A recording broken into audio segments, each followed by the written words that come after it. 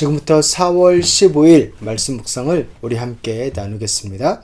몸이 부활한다? 라는 제목으로 우리 누가복음 24장 우리 42절에서 43절 함께 보겠습니다.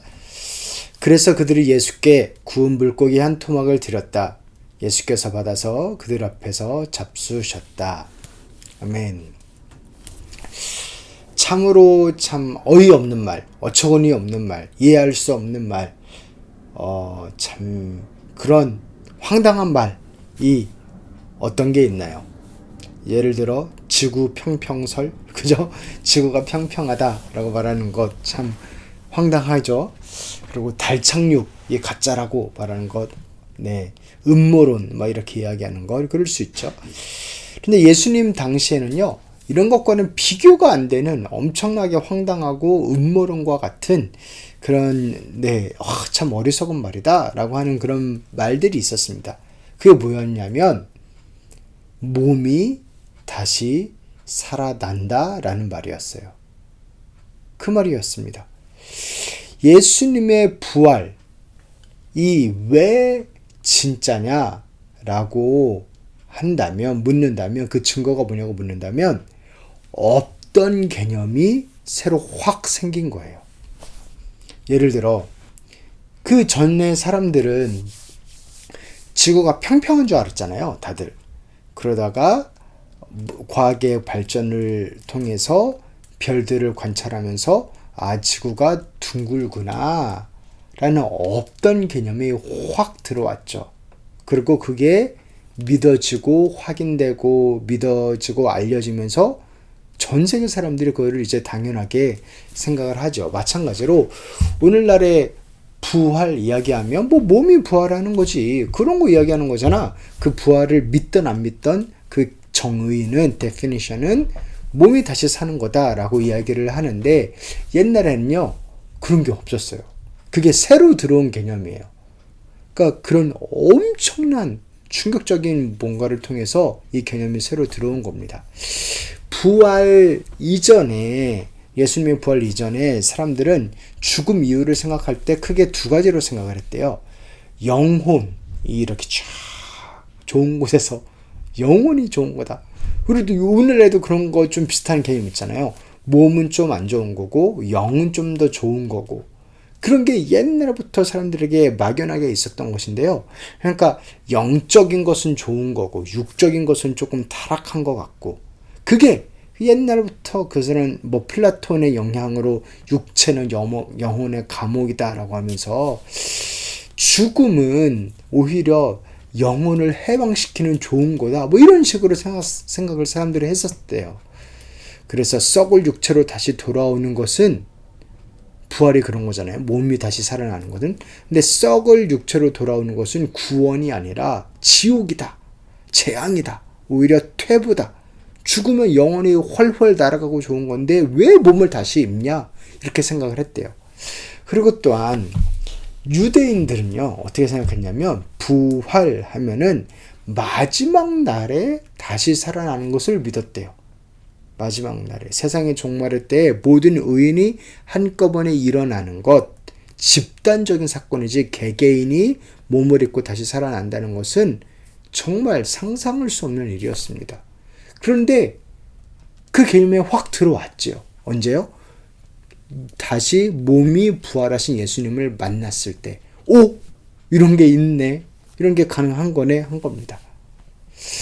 그래서 사실은 이렇게 몸이 다시 살아난 예수님을 직접 예수님의 제자들을 보지 않았다라고 한다면 그래서 만약에 이건 아닌데요. 만약에 그들이 뭔가 기독교란 것을 만들어냈었다고 한다면 그들은 아마도 예수님의 영혼을 봤다. 혹은 예수님이 천사처럼 엄청나게 이렇게 나타나셨다. 환상적으로 나타나셨다. 그렇게 표현했을 거예요. 다시 예수님이 이렇게 여전히 팔이 뚫려 있고 옆구리가 찢겨져 있는 그런 모습으로 그런 행색으로 다시 나타날 거라고 전혀 상상할 수도 없었고 그렇게 만약에 거짓말로 이야기를 지어냈다라고 한다면 그렇게 지을 리도 없었을 겁니다. 그런데 예수님은 살아나셨습니다. 그래서 그렇게 소상하게 적은 거예요. 극구 육체가 부활했다는 것을 제자들은 강조했습니다. 그 말을 들은 다른 유대인들은 무슨 헛소리야 하면서 다 무시하고 무슨 말도 안 되는 소리 하냐 하면서 조롱했을 거예요. 그런데도 그 이야기를 굳고 이렇게 육체가 부활한 것을 강조했던 이유는 실제로 육체가 몸이 부활한 예수님을 만났기 때문입니다. 예를 들어 이 장면 42절. 그래서 그들이 예수께 구운 물고기 한 토막을 드렸다. 예수께서 받아서 그들 앞에서 잡수셨다. 그러니까 예수님이 영혼이나 무슨 환상이 아니라는 겁니다. 실제로 물고기를 먹을 수 있었던, 몸이 있었던, 소화를 시킬 수 있었던 사람이었다라는 것이죠. 그래서 육체의 부활을 믿는 것이, 그러니까 육체의 부활이란 개념이 들어왔고 그것을 믿는다라고 고백하는 것이 참 엄청난 증거입니다. 사실은 예수님이 부활하셨다라고 하는. 그러니까 이 말은 곧 문화적으로 되게 거부감이 센 그런 것을 이렇게 선포하는 거예요. 유대인들에게는 걸림돌이었고 헬라인에게는 미련한 짓이었습니다. 그런 표현 있잖아요. 유대인에게는 십자가에 달린 예수님이 걸림돌이고, 왜냐하면 저주받은 자니까. 헬라인한테는 멍청한 겁니다. 왜냐하면 그렇게 인기 많은데 그냥 죽어버렸으니까. 마찬가지로 부활 자체가, 부활 개념, 몸의 부활 개념 자체가 유대인들에게는 무슨 말도 안 되는 소리야. 마지막 날에나 이렇게 부활하는 그런 신학적인 개념이 있지.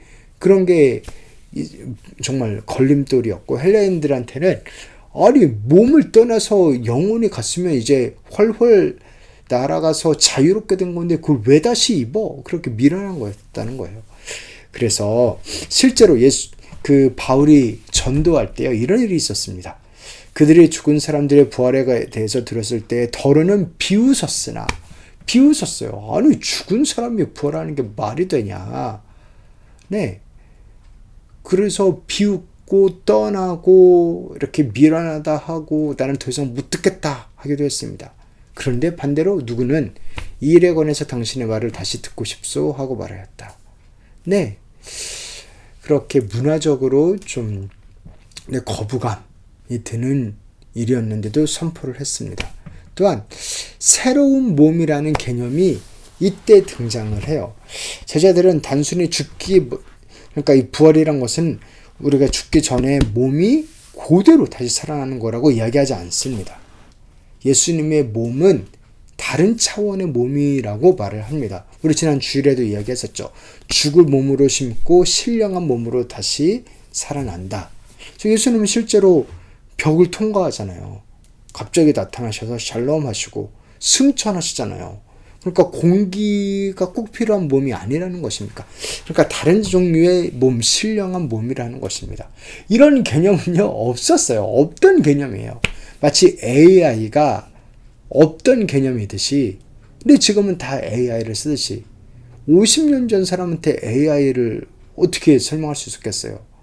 50년 전 사람한테 인터넷, 와이파이, 페이스타임을 어떻게 설명할 수 있었겠어요? 근데 그거를 지금 이렇게 우리가 다 아는 이유는 실제로 그 개념이 나왔으니까, 우리가 경험하면서 쓰고 있으니까요. 그런 것처럼 실제로 부활하신 예수님을 만났고 새로운 종류의 몸을 경험했기 때문에 그 말을 하는 겁니다.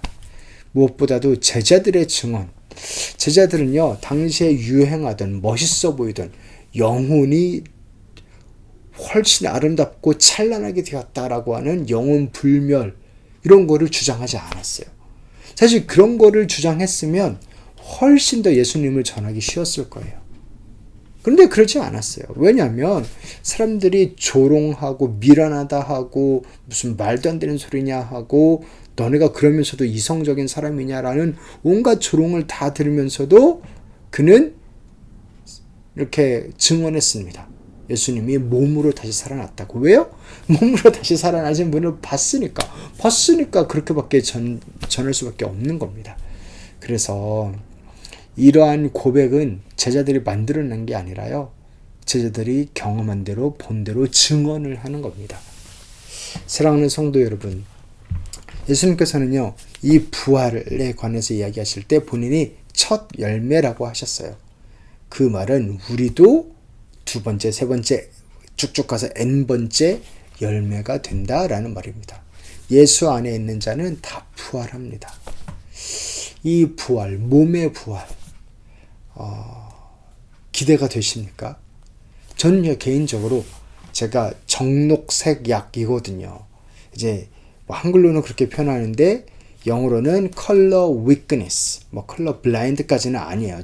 저는 나름대로 색깔이 다 보이는데 저는 그 책을 못 읽어요. 그 이 점 있어가지고 숫자 적혀 있고 그 책을. 그러니까 저는 몸의 부활을 이야기할 때, 천국을 생각할 때 그게 되게 기대됩니다. 저는 눈이 좀 안 좋거든요. 지금도 많이 안 좋거든요. 그래서 저는 이렇게 그냥 볼 때 되게 지지직 하는 그런 것처럼 이렇게 흰색이 너무 많게 막 그렇게 좀 이상하게 보여요. 그래가지고 저는 그냥 눈을 감지 않아도 별들이 이렇게 보입니다. 다 하얀색으로 막 이렇게 어쨌든 좀 다르게 보입니다. 선명하게 보이지 않고. 그런 면에서 저는 그날이 기대가 됩니다. 선명하게 보고 내가 못 보던 색깔을 보고 그렇게 새롭게 완성된 그것을 보는 날. 그런 면에서 몸의 부활이라는 개념이 저는 너무 좋아요. 네, 제가 이렇게 온전하게 경험하지 못했던 것을 훨씬 더 온전하게 잡으면서 경험하면서 할 수 있다라는 것.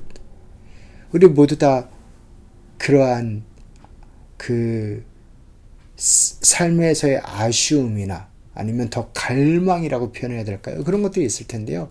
몸의 부활이 말하는 것은 그것입니다. 우리에게 배가 고프면, 허기지면, 먹으면 배부르듯이 우리 육신적으로 뭔가 부족한 게 아니면 더 원하는 게 있었는데 이 몸까지도, 이 마음까지도 예수님이 알아주시고 새롭게 하시고 완성시키실 것입니다. 네. 시각장애인은 다시 보는 날을 얼마나 기다리겠어요. 그렇게 그 몸의 부활, 우리의 몸을 절대 악하다 하지 아니하고 너무나 아름답게 바꾸시는 그 부활. 이 개념이 더 이렇게 확장되면요. 우리의 일의 부활, 우리의 관계의 부활, 우리의 지구의 부활, 우리의 그 무언가의 부활, 그러니까 실질적인 것들의 부활이 있습니다. 그러니까 하나님은 거기까지 우리를 챙기고 살리고 싶어 하십니다. 그 하나님을 알고 믿고 또 우리 주일에 나눈 대로 부활을 연습하면서 그 하나님의 은혜를 우리 삶의 구체적인 자리에서 경험하면서 나아가시기를 다시 한번 주님의 이름으로 축원합니다. 하나님 아버지, 이 시간 기도합니다. 몸의 부활에 대해서 이야기를 나누었습니다. 이 시간에 기도하기는 우리 귀한 성도님들, 몸이 아프신 분들 계십니까? 치유받아야 되는 그 자리가 있으십니까? 주여 치유하여 주시옵소서. 예수 그리스도의 이름으로 치유하여 주시옵소서. 이 부활을 꼭 죽어서만 경험하는 게 아니라 미래가 현재로 들어왔고 주님께서는 치유하셨고 귀신을 내쫓으셨고 새로운 나라를 선포하셨고 그 자리에 우리를 살게 하셨사오니 이 시간에 우리 성도님들, 이 귀한 예배를 드리며 묵상하며 나아가시는 귀한 성도님들, 아픈 자리 가운데 예수 그리스도의 이름으로 말미암아 정상으로 돌아오는 놀라운 은혜를 베풀어 주시옵소서. 그러실 주님을 믿고 감사드리며 거룩하신 예수님의 이름으로 기도드립니다. 아멘.